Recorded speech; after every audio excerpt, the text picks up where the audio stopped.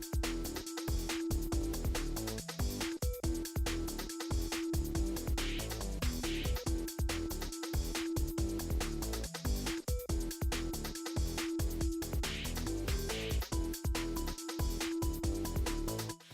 morning, I'm Kendra Sheehan. Thanks for joining us on Mornings on the Hill. And I'm Sam Carter. Here's a look at some of the stories we'll be talking about over the next hour.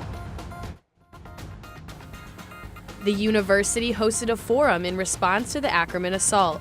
Hear how school officials are trying to move forward from the incident. Plus, the co-chair from Enactus joins us in studio today to discuss the work they're doing to help refugees. And see why two students running their own food business on South Campus were told that they needed to stop. All that, plus your weather and orange sports coming up on this edition of Mornings on the Hill.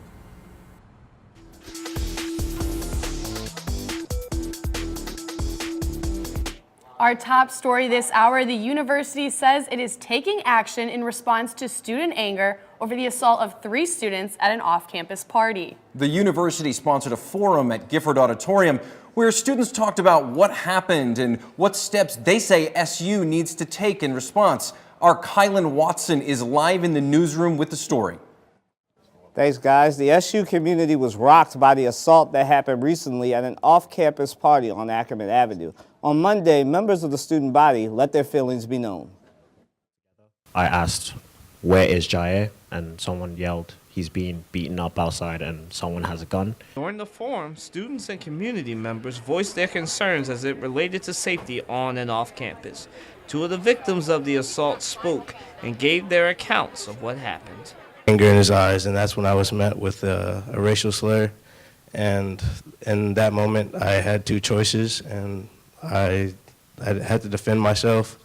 And as I was defending myself, it led to a fight. And as we were fighting on the ground, that's when I was struck with a pistol. The administration said 3 representatives, Dean of Students Rob Haraski, Interim Chief of Diversity Dr. Keith Alford, and DPS Chief Bobby Maldonado. Chancellor Kent Severu also attended but did not speak. Students were critical of the first statement DPS made describing what happened. They said it downplayed the racially charged nature of what happened, but Haraski said it was all the information they had at the time. Students feel when they say that they're terrified of walking on this campus, and I also hope that this is like the first of many, many, many steps towards addressing this issue that we have on campus of race relations with law enforcement. The community members demanded that the administration create an event for students to meet with the Syracuse Police Department, and late-night transportation options be created to get students to and from places safely. Some students, though, plan to hold the university accountable. And putting a spotlight on how DPS conducts investigations and what their relationship is with the Syracuse Police Department in general. Syracuse Police Department did not send a representative to the forum, but the department did release a statement saying the attack was not racially motivated. Many students say the incident has motivated them, and they will not be silent anymore when it comes to race relations on this campus. The administration says it is committed to making a change and listening to students' feedback. Reporting live, I'm Kylan Watson for Mornings on the Hill. And it's a little bit chilly outside this morning. Now it's time to get your weather check for today. Fernando Garcia Franciscini is live out on University Avenue to tell us what to expect. Guys, I wish I had more encouraging news to tell you. Unfortunately, still pretty cold out here, and it's going to continue cold for the rest of the day. However, it will get just a little bit warmer later on today. Not enough to go like swimming in a pool in my opinion, but I mean, I'll take it. Now, if we take a look at the weather for today, it's going to be a cloudy day, but temperatures will rise slowly, but they will as the day goes by. Something else that will be going up, chances of having more snow. Right now we are at about 23 degrees, and by lunchtime and during the afternoon it will go up to the high 20s. We'll experience the highest temperatures of the day at night, reaching the low 30s, but there is a 90% chance of snow, so plan accordingly. So just make sure that you're wearing those extra layers of clothes and that you're trying to stay warm as much as possible. Last week, I got a little confident. I'm just getting over a cold, and with spring break coming up, you do not want to be sick for that. However, you know what's coming up even before spring break? that huge SU-Duke game at the Dome this Saturday. And if you're wondering what the weather is going to be like for the big day, I'll break it down for you in my 5-day forecast coming up at 10:30. For now, reporting live for Mornings on the Hill, I'm Fernando Garcia Franceschini. Back to you guys in that warm and cozy studio. Thanks, Fernando. There's a new opportunity for students who want to attend the College of Law but maybe don't have the economic means to make it happen. Yeah, this is specifically for applicants who pursue concentrations in international, comparative, and domestic disability law. The J&K Wonderland Foundation and SU College of Law are partnering to offer full scholarship awards. Candidates need to demonstrate their commitment to advancing disabled people's rights. One student says there is a great need for disability attorneys. Some people lose their hearing just from old age, become disabled, and they're going to need attorneys sometime in their life. You and I, if we live long enough, will need attorneys that we could potentially have a disability. So to have students come in and specialize in that and go on to become disability attorneys is huge. There's a need for it. The scholarship will provide funding, tuition and fees, and student health insurance. Candidates must submit their applications by April 15th. And if you're in the mood for thought-provoking comedy, you might want to check out Syracuse Stage's latest production, Native Gardens. Native Gardens is directed by Melissa Crespo and featuring Eric Gonzalez, Monica Ray Summers Gonzalez, Anne Marie Cusson, and Paul DuBois.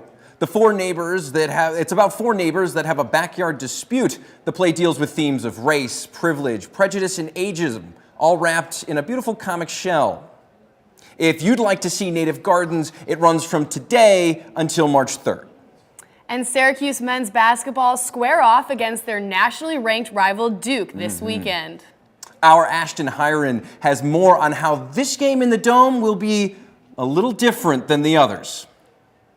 You may remember earlier in the year when Syracuse men's basketball beat #1 Duke, but they'll be matching up again this Saturday in the Dome, and fans may be arriving a little earlier in the day to see some special guests. You guys go hard all day! Syracuse versus Duke, a game that Orange fans pack the Dome for each year. This year, Syracuse will be hosting ESPN's live pregame show, College Game Day.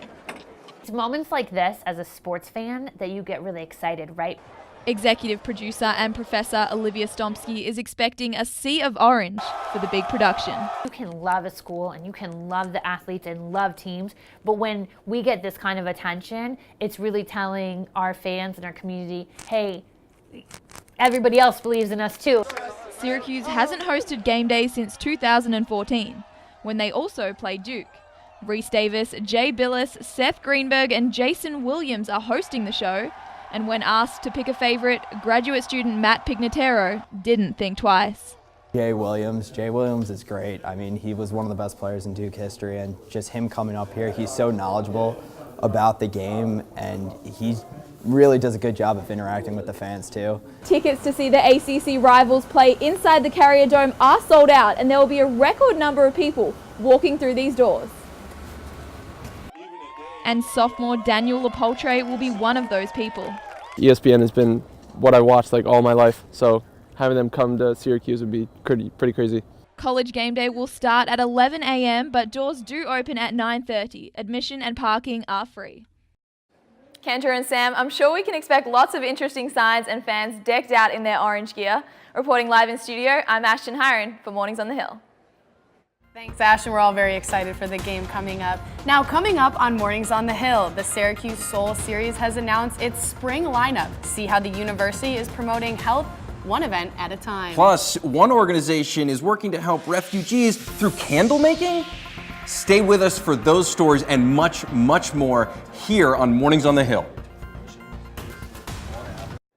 Welcome back to Mornings on the Hill. Health Promotions announced the lineup for Soul Search programs. It's a retreat that brings both first-year and transfer students together. The program involves yoga, meditation, and other activities. Health Promotions Assistant Director Rachel Evans says it's a great way for students to grow themselves personally.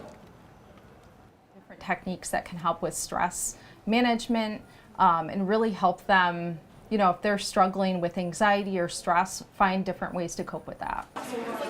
There will be a soul search on March 2nd. So if you're a first year or transfer student and would like to sign up, you can do so at the healthpromotion.syr.edu.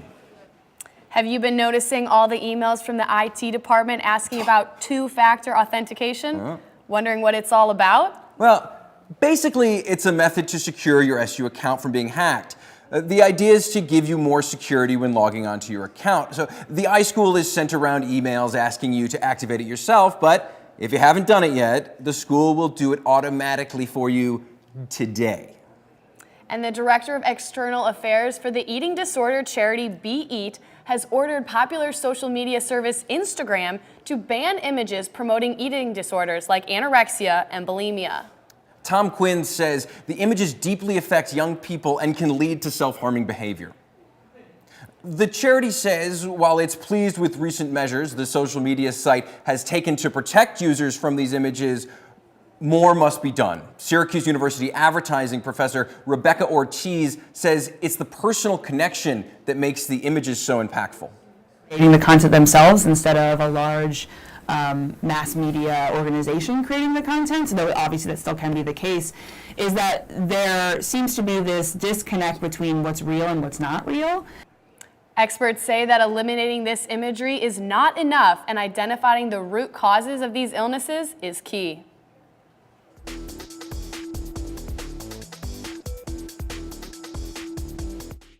Good morning, I'm Michelle Houston, and this is your Orange Buzz report on what's trending here on social media.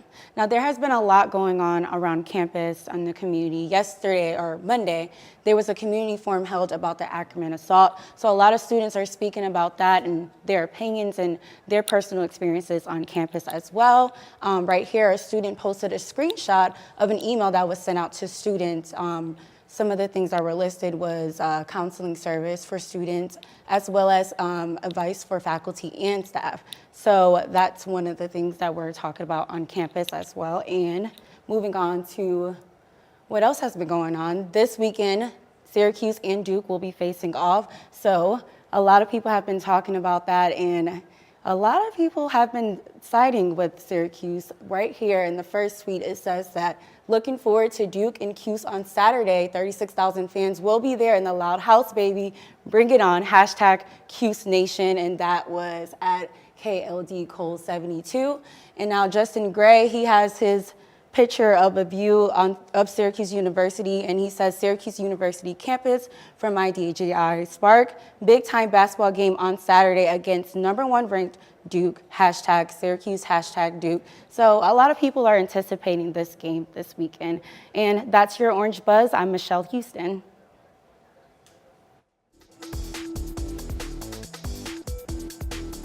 One organization in Syracuse is working to help refugees through an interesting profession. Our Abigail Fritman is live in studio this morning with one of the students involved with bettering the Central New York community through a program called Enactus. Thanks, guys. I'm joined this morning by Luke Brown, who is one of the co-project leaders for SU's chapter of Enactus. Good morning, Luke. How are you? Good. How are you? Great to be here. Yeah, glad to have you here. So for those who aren't familiar, tell us a little bit about what Enactus is. Yeah, so SU Enactus is a sustainable student-run organization, and we work with partners in the community to create long-lasting economic, environmental, and social improvements, and we do this through our service and entrepreneurship. Right, so tell me a little bit about some of the projects you guys have worked on. Yeah, so two projects that I think have had a big impact in our Syracuse community are 315 and Start Smart. Start Smart is a project where students and volunteers through Enactus go to different elementary schools in the community, and they work with younger students to help them improve their math and writing skills. And then 315 is a thrift shop on campus that's completely run by students and volunteers. Right, and your Light the Way project. That seems like it's really taken off. Tell me about that. Yeah, so Light the Way, we worked with two organizations in the Syracuse community, refugee organizations. They're Interfaith Works and the Northside Learning Center, and they've been great. And we work with them, and they provide us refugee clients who we work alongside with to take old beer, wine, and liquor bottles, and we cut them and turn them into candles, and they get paid a fair wage, and the profits go back to the two organizations. Wow, beer and wine bottles. Where do you get those donations from? Do you just walk around like the streets on Saturday morning? No, so every week we go to Orange Crate Brewing Company and we get bottles from New York, and they both donate their bottles to us so we can then turn them into candles. That's great. Orange Crate Brewing Company is actually going to be here in our 10:30 show talking about how they're preparing for the Duke game. I'm sure you're going to be getting a lot of bottles come Monday morning. Oh yeah, we're really excited. So tell me about the candle making process. You get these beer bottles and then what happens? Yeah, so we have two main clients that we work alongside normally, Genevieve and Sadia, and we obtain the bottles from the two bar and restaurant, and we then take them to the Northside Learning Center where we work alongside Genevieve and Sadia, and we delabel the bottles, then we score and cut the bottles, we wick them, label them, and then fill them with wax and scent. Wow. Tell me about some of the scents that you guys use. Yeah, for sure. So we try and keep it seasonal, and last semester around the holiday season we did some more holiday scents like Christmas tree and gingerbread, but some of our favorites are banana nut bread and vanilla. Great. Is that what you're having come springtime? Do you have any new ones that you're working on? Yeah, for sure. So we just got a new one in. It's called coconut lime, and we really like that for the springtime. Very good. So the two ladies that you work with, now did you have to teach them how to make the candles, or did they already know? Yeah, so we definitely had to teach them, but they were quick learners. They're great to work alongside with. It's really nice. They're actually just came over pretty recently to the United States, and they're learning English, and in this process it's been a tough development for them, but they've been great. Great. And I understand you guys are going to competition soon in May, right? Mm-hmm. Can you tell me a little bit about that? Yeah, so basically we're going to Kansas City, Missouri against other Enactus teams, and we're going to present on all our different projects for Enactus and compete nationally for that.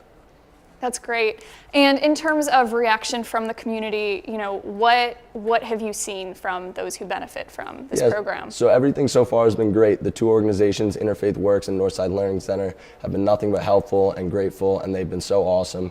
And also in the Syracuse University itself, students have been excited about this project. We have tons of volunteers, different volunteers that come through and help us make the candles, and it's been really awesome so far. That's great. What's been your favorite moment? My favorite moment was probably meeting initially Genevieve and Sadia and getting to work alongside them a couple times a week. It's just really a good feeling getting to work with them and actually going through the process of making the candles with them. Excellent. Well, thanks once again to Luke Brown for joining us this morning. I'm Abigail Fridman, live in the studio. Back to you guys. Thank you so much, Abby, and don't go away just yet. Still to come on Mornings on the Hill. 2 students on South Campus lost their cooking business after an article was written. See how their brief shot at SU fame ended with a letter from school officials. Keep it locked here. We'll be right back.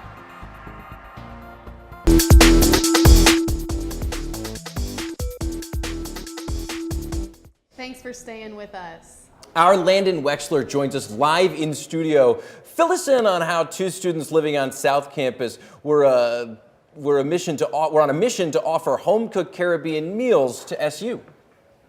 Sam, Kendra, thank you so much. Well, the partnership between 2 New York City-raised kids with a passion for Caribbean food became a culinary sensation in the Syracuse area. But last week, the duo was shut down, and I got to talk to them about where they go from here.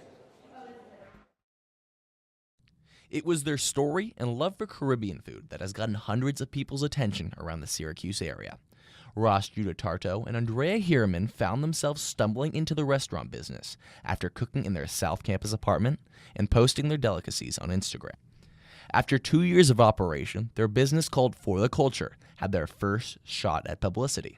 Just from the Daily Orange, coming in and, publishing the article, we gained over, 200 followers on Instagram within a 3-day span. The publicity was just what they needed until the University Office of Residence Life found out and shut them down. I don't really think that we were doing anything bad, We were actually bringing meals that people can't access to in the Syracuse area to the campus, And though the operation to make food in here was shut down, Judah and Andrea are making sure they're not going back to this.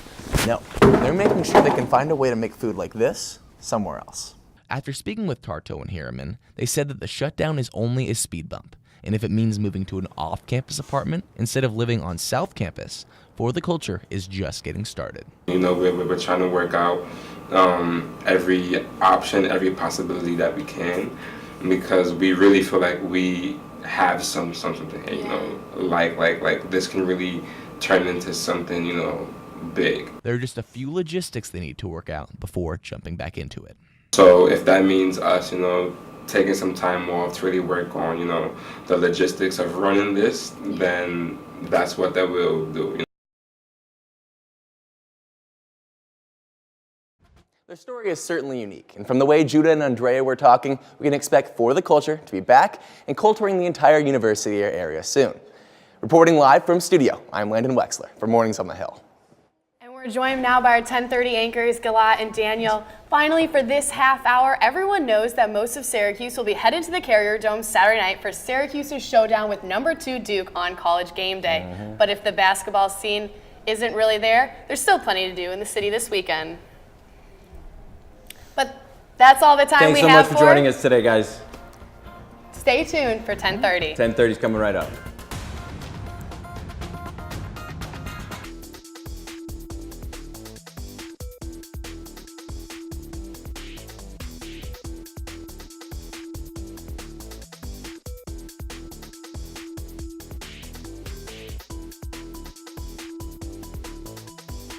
Good morning, I'm Gilat Malamed. Thanks for joining us for Mornings on the Hill. And I'm Daniel Booth. Here's a look at some of the stories we'll be talking about in the second half hour.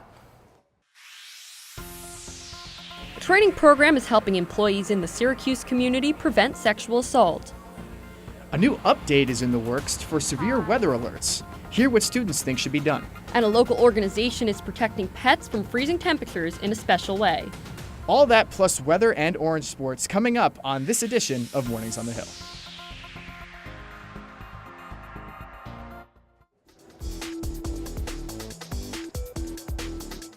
Top story this half hour, a group of restaurants in the downtown area have taken part in a new sexual assault prevention training program. Could a similar program be useful here on campus? Mornings on the Hill's Daniel Bullock joins us live with that story. Thank you, Daniel. There has actually been no reported sexual assaults on campus this semester, but I did find support for the idea of training restaurant staff about sexual assault prevention. Earlier last year, Vera House of Syracuse launched a training program so employees at downtown bars and restaurants can recognize when customers are being harassed and also help prevent sexual assault from happening. Funk and Waffle workers were the first to receive training from Vera House. So the first class is about identifying sexually aggressive behavior in the bar scene. There are many ways to identify when someone is lurking in a bar and perhaps targeting a woman, such as... Is there a guy alone in the bar ordering a lot more drinks than he's drinking? And the second part of the training is... how to deal with it and how to be an active bystander instead of a passive bystander. Although restaurants and bars like Orange Crate or Fagan's behind me don't have the sexual assault prevention program, it's not like students don't want it here. So I think that it is needed because I think a lot of women notice when they're going to be the target of sexual assault but don't always know how to react, and they don't know how to get someone's attention, and a lot of times you can feel like you're alone, and it's very scary. So far, there has been 5 bars and restaurants in the Syracuse area who've received the training. SU student Steven said anything could help. Personally, I don't think it's going to change their day-by-day operations at these bars and at restaurants, but I think even if it's once a month, twice a month, it's going to really come in handy. Now, the bars and restaurants on Marshall Street have not said if they will take part in the training, but student support seems to be very strong for the program. For Mornings on the Hill, I'm Danielle Bullock. Time for another check on the weather for today. Our very own Fernando Garcia Franceschini is live out on University Ave to show us what to expect. Guys, people are really looking forward to this SU Duke game on Saturday. I see that you're both wearing your orange, and if our Mornings on the Hill anchors are wearing orange days in advance, then it's a pretty big deal. I'm here to give you your weather for Saturday, but first, let's start with our 5-day forecast. It will be a cloudy set of days, and today, there is a 60% chance of snow, and we'll see a high of around 31 moving into tonight. Temperatures will continue to warm up tomorrow with a high of 39 and a low of 26. Just 20% chance of snow, so look forward to that. On Friday, we'll stay more or less in the same range, just a tad colder. Now moving on to the big day of the week, that Saturday, temperatures could reach 44 degrees, which is great for a game day. That basically feels like summer, right? And there is only 10% chance of snow. And we'll experience temperatures in the 50s on Sunday. However, it will be a very rainy day, so make sure you carry your umbrella and drive safely. So if you're wondering if you can do some pre-game partying or some post-game celebrations, fingers crossed, you should be okay. Just make sure you try to stay warm these few days before the game. You don't want to be sick for that. And remember to start planning in advance for the rainy Sunday. Reporting live for Mornings on the Hill, I'm Fernando Garcia Franceschini. Galat, Dan, back to you in the studio. Thanks, Fernando. Looks like there's great game day weather. Syracuse University is looking at new ways to alert students about schedule changes when there's severe weather. At a university senate meeting last week, Chancellor Kent Schrood asked the head of law enforcement team and emergency response team to make sure these changes are made more quickly and clearly. Chancellor said the university fell short with how it handled canceling evening classes 3 weeks ago. Some students, though, don't think email is the best way. I think text messages would be the best, just because it's easy to see, because sometimes when it's in the email, it goes to junk mail. So I think text messages would be the best way. Chancellor Sarud said that students should expect the university to almost always remain open, even in tough conditions. If you live in Syracuse, odds are you've had to fight through sub-freezing temperatures during the winter. Today is National Love Your Pet Day, and we know the cold makes life more difficult for people, but for animals, this type of weather is more dangerous than you could ever imagine.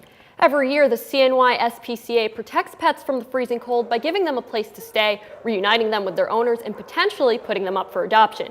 Cats and dogs are likely to get frostbite on their paws, ears, and nose if they stay out in the cold for too long. If you have a companion animal, if you've got a dog, just take it out long enough to go to the bathroom and get it back inside so its feet don't freeze. Cats, you don't have to let them out in the winter. There's so many things that can happen to them. Elsa has scars on her ears and paws after getting caught on the side of the road late last week. She's lucky enough to be rescued. Elsa was at the shelter for only a few days before finding her forever home. Looking for a change of pace from the dining hall but don't want to break the bank? Downtown Dining Week is happening right now. There's nearly 50 restaurants participating, including Syracuse's staples like Dino Barbecue, Postabilities, and Funkin' Waffles, but also new additions to the area like Japanese restaurant Kasai Ramen and American restaurant Citronelle. 8 of the participating restaurants are new additions to the area since last year's event. Lunch is 3 courses for $10 or less, and dinner is 3 courses for $30 or less. Downtown Dining Week goes until March 3rd. And coming up here on Mornings on the Hill. Even though it's cold outside, there's still fun things to do. Find out what Carnival is here to take the winter blues away.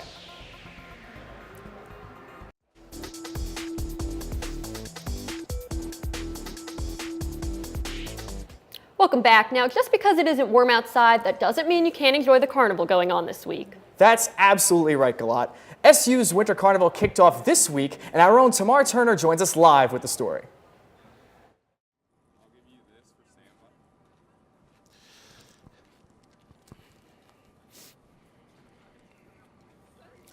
And I'm outside the Shine Student Center where, despite the cold weather, the Office of Student Activities actually got off to a hot start this week where they kicked off their annual Winter Carnival.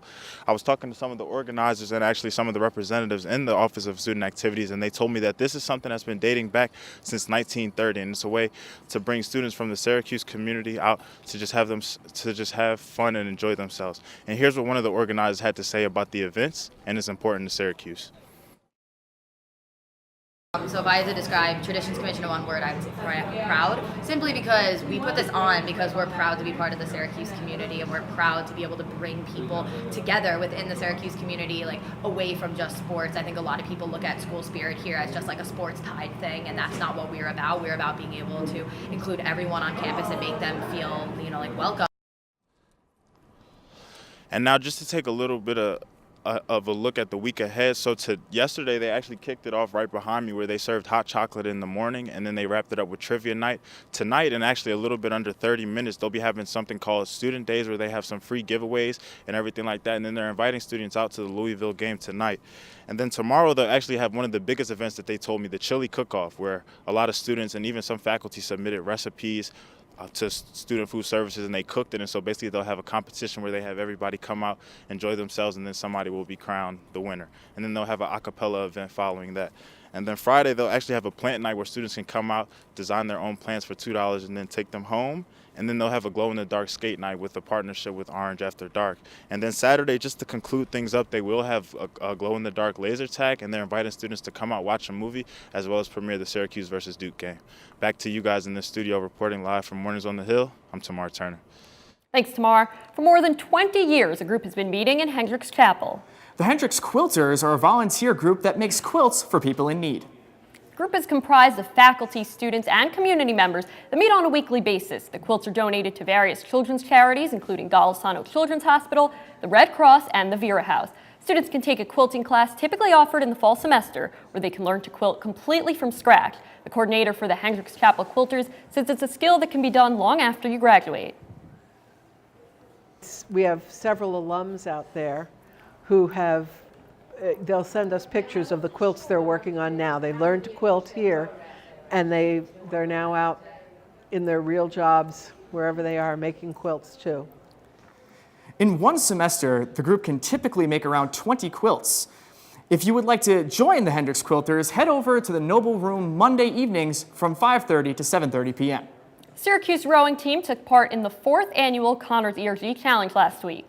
The Orange joined Stanford, MIT, and the University of Wisconsin-Madison in a friendly competition to raise money for brain cancer research. Each team rowed at the same time while using each other for motivation. The longer they row, the more time there is for possible donations. This event has raised just under $50,000 over the past 3 years, and this year's goal was $35,000. These 4 schools went above and beyond by raising just under $44,000. Syracuse Duke men's basketball game is officially completely sold out. You can bet the large crowd headed for the Dome is going to be hungry and thirsty. Our Olivia Proya is live in studio with Orange Crate Brewing Company's owner to talk about how he's preparing for the big game. Thanks, Dan. I'm here with R.C. Fagel, who owns the Orange Crate Brewing Company, which is just a few feet from campus. He's been prepping for unbelievable amounts of people to head to the Hill on Saturday, just like those at the Carrier Dome. So, R.C., you've been having a bar here on just off campus for 24 years now. Do you expect a huge crowd? Absolutely. Ultimately, it should be a tremendous opportunity for high volume for all the businesses up in the Marshall Street area. But we're expecting record numbers of attendance to be in and out throughout the day. So we're taking a look inside the Orange Crate right now, but that's not the only spot for customers to come on Saturday. How are you preparing your backlot for the game? We have purchased an outdoor tent for our outdoor venue for our courtyard, as well as heaters. So we will have our fully licensed bar available inside and outside to help handle the volume that we're expecting for the weekend. Now, with the weather being extremely good, predicting it's supposed to be extremely good on Saturday, do you think the backlot will get very crowded? Absolutely. The weather, they're predicting mid-high 40s, and as well as our heaters. With our 10 heaters, it should be around 65, 70 degrees inside the courtyard. So we're expecting a lot of people to enjoy the inside and outside venue. So with a sold-out game, you're obviously prepared for basically a line out the door. Is there any way that people can skip that? Yes, we are offering a fast pass right now, similar to, I guess I would, towards amusement parks, that you are guaranteed a spot and you can skip the line. So that will be offered on Eventbrite, and you can go onto that site and get the fast pass that will allow you or guarantee you a spot inside our location. So if I get the fast pass, basically when I show up on game day, I just skip the line and show it to whoever's working the door? Yes, we will have a separate entrance for the fast pass holders, and you'll be expedited in as quickly as possible, as well as your first beverage will be on us. Okay. So what specials will you be offering on game day? Our typical game day specials that we offer, as well as we'll be featuring our pizza and wings, as well as our burgers and Philly steaks that are all made fresh in-house. So we have many opportunities for a variety of people to find something they like. Great. Well, thank you so much for joining us, RC. The Orange Crate will be open 8 a.m. to 2 p.m. on Saturday, and the game tips off at 6 p.m. For Mornings on the Hill, I'm Olivia Proya.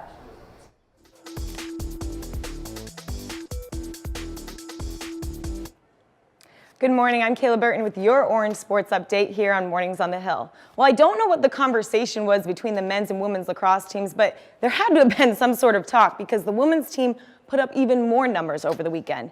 12 different players for the Orange scored at least one goal inside the Carrier Dome on Monday against Coastal Carolina. It was unbelievable. Vanessa Constantino got some action in this feed to her inside the middle. She was ferocious getting into the middle and fires it in the net. And then the youngster, Megan Terrell, also with her first career hat trick, she continued to spark the 9-0 run for the Orange. And the Orange closes it out 18-5 for the final. The Orange hosts number 4 Northwestern Wildcats on Sunday. That will be a great matchup for the Orange to see where they stand. And speaking of good matchup, it's a grind time for the women's and men's basketball teams. And the Syracuse women's team lost a back-and-forth thriller against number 14 NC State, but following right after their senior night, and the Orange made sure everyone knew it. It was a battle of the two teams in that game. NC State's Aislinn Koenig got the ball rolling, but then it was Miranda Drummond from downtown. She's been lights out, finishing 3 for 3 behind the arc. But despite the loss, the Orange had a quick turnaround for their senior night, celebrating 5 seniors in the program. Miranda Drummond says it's been bittersweet. I feel like it was just like a good transition in general, transferring here. I've learned a lot, and, making it to the NCAA tournament last year, that's always a good thing. It's bittersweet, though. I mean, I want to start my future, but, I don't want to leave here because I'm leaving, my team, coaches, friends, and stuff. So, it's bittersweet, but, I guess we're just focusing on the rest of the season. And speaking of bittersweet, the men's team had some time off after falling 73-58 to NC State on February 13th. Frank Howard held it down for Syracuse. He led the team with 21 points and 4 assists. But regardless of his shooting performance, it wasn't enough to secure the win. The Orange Stars' Tyus Battle and O'Shea Brissett struggled on the night, combining for only 9 points. And they will try to get that win here in Syracuse as the Cuse will take on some not-so-easy teams, starting with Louisville tonight at 7 p.m. and then number 2 Duke on Saturday, which we know everyone is excited to see. But that's your sports update. I'm Kayla Burton. Go Orange. Still to come here on Mornings on the Hill, there are hidden talents everywhere on campus. Find out who's sharing some inspiration next. Welcome back. A staff member in the Newhouse School of Public Communications is using a hidden talent to inspire others. Our Faith Kane is live in studio with the story. Thank you. A 2015 graduate from Syracuse University, an Orange Circle Award winner, a Bustle Upstart Award for her work with sustainable fashion, Timmy Komonibo does almost everything. Now she spends most of her time serving as a representative of the Newhouse School during recruitment. But there's one special talent many do not know about. She uses her faith and love of music to share with others. From 9 to 5, you can see Timmy typing away here at Syracuse University. But she mostly spends her time interacting with students as the Associate Director for Recruitment and Diversity here in Newhouse. So essentially when people are interested in the school, I talk to prospective students, tell them about what they can do here at Newhouse. I basically pitch Newhouse every day. Outside of those hours, she's doing something completely different. You have been so good to me. I think I like singing more than talking. So. Timmy's mother was a choir director where she was introduced to her musical background and used her talents through her church and never looked back. You have been so kind to me. And I had a very musical family, so we always used to sing at home. And like people would come over and my mom would like make us sing to our guests, which I loved. My siblings didn't love so much, so yeah.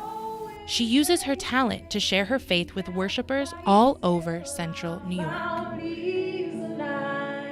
Singing for God, it feels like, I don't know how to describe it, like an auto-tune.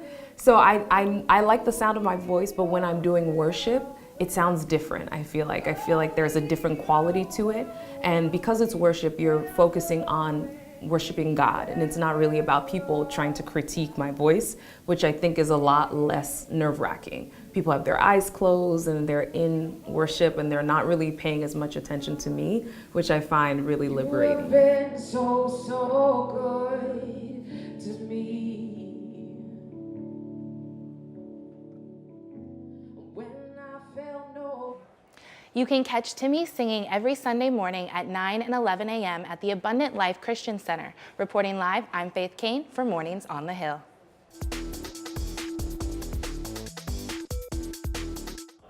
Hi, I'm Michelle Houston, and here's what's going on this weekend here on the Hill.